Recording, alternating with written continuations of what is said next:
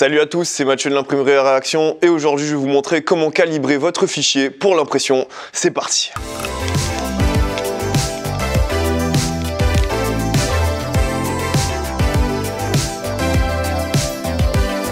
Alors là aujourd'hui ce qu'on va faire c'est qu'on va travailler à la fois sur InDesign et à la fois sur Illustrator. Le but c'est de vous montrer sur chacun des logiciels comment exporter votre fichier et comment le paramétrer. Alors nous voici maintenant sur Illustrator. Donc l'idée là ce serait de calibrer votre fichier justement pour l'impression. Donc vous allez dans Créer nouveau. Donc vous choisissez parmi les formats qui sont proposés donc la dimension. Donc dans cette vidéo on va surtout faire un flyer A6 donc de dimension de 105 mm par 148. Et vous en fait par défaut donc vous aurez ces paramètres là, donc vous aurez aucun fond perdu. Votre fichier sera directement calibré en RVB. Et l'écran soit en 72 ppp, donc soit la résolution de l'image. Donc du coup ce que vous allez faire c'est que vous allez commencer par rajouter du fond perdu, donc le fond perdu entre 3 et 5 mm. Alors pourquoi est-ce qu'on intègre un fond perdu? En fait c'est juste au niveau de la découpe. Si jamais pendant qu'on découpe votre flyer, il y a un petit millimètre d'écart vers la gauche, ça vous évitera en fait d'avoir un liseré blanc qui viendrait gâcher votre visuel et ça ce serait dommage. Donc ensuite pour la suite des paramétrages, donc vous allez dans Options avancées. Donc normalement c'est calibré en RVB et vous le passez en CMJN directement. Donc pareil pour les effets de pixelisation, donc vous mettez à 300 ppp, donc là ce sera la résolution de votre image et vous faites créer tout simplement. Alors, petit aparté, la différence entre RVB et CMJN. Donc, c'est quoi la différence? C'est que RVB, en fait, ce sera le paramètre que vous mettrez donc, pour tout ce qui est tout ce qui est de la diffusion sur les écrans. Donc, si vous avez de la publicité sur Internet, si vous avez donc des spots publicitaires, tout ce qui est destiné aux écrans, donc vous mettez en RVB. À partir du moment où vous décidez d'imprimer votre support, donc une impression classique, donc ça va automatiquement être en CMJN, tout simplement. Pourquoi 300 ppp? En fait, c'est la résolution donc, de votre image finale.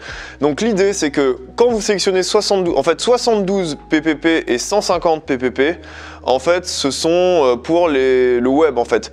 Donc c'est pour tout ce qui est création web. À partir du moment où vous décidez d'imprimer quelque chose, vous devez le mettre obligatoirement en 300 ppp. Donc c'est à savoir la résolution maximale, en fait, donc pour avoir la meilleure qualité d'impression possible.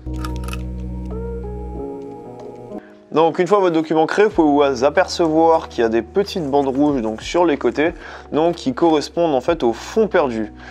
De la même façon, donc, vous pouvez penser à intégrer une marge de sécurité, donc en général entre 3 et 5 mm aussi. Donc pourquoi? Donc c'est pour exactement les mêmes raisons que le fond perdu. Si en fait la machine lors du découpage se décale d'un millimètre, mais sur l'intérieur de votre création, du coup, en fait, ça pourrait couper certaines informations. Donc, pensez à mettre cette marge de sécurité justement pour éviter que des informations cruciales ne soient coupées ou que des éléments de votre visuel soient coupés.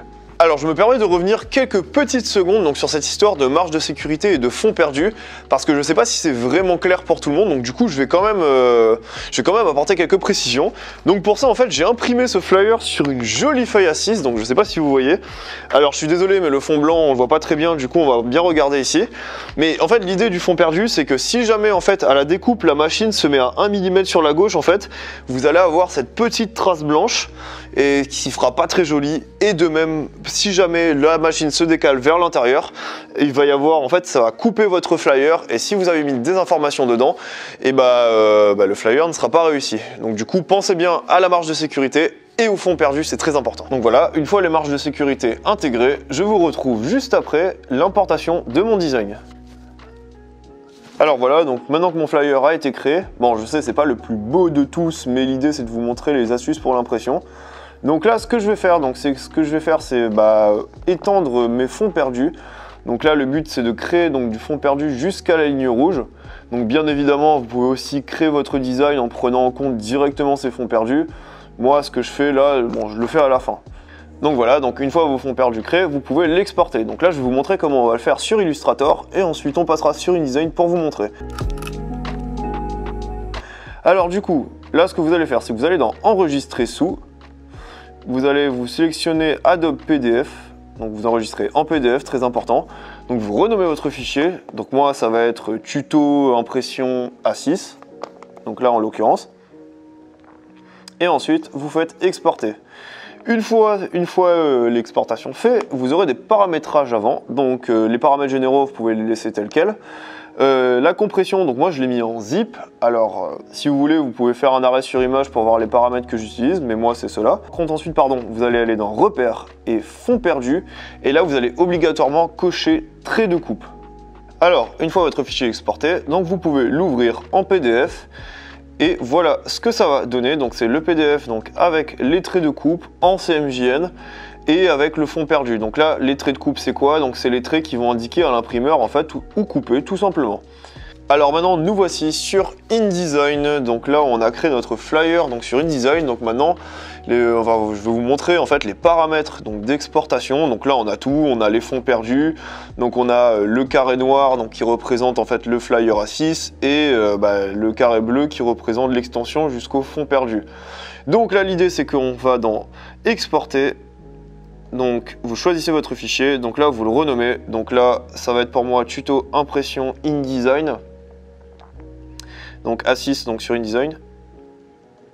Voilà, donc ensuite vous allez exporter. Et pour les paramétrages, donc les paramètres généraux, donc vous les avez là, il n'y a pas grand chose à changer.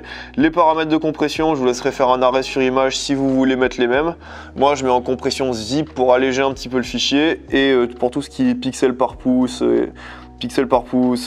échantillonnage, sous-échantillon, etc. je vous laisse regarder. Donc cependant, donc ce que vous devez avoir, donc vous allez dans repères et fonds perdus et vous cochez obligatoirement, comme sur Illustrator, la case trait de coupe. Pour les fonds perdus, donc soit vous les avez déjà, si vous avez déjà paramétré votre fichier avec des fonds perdus.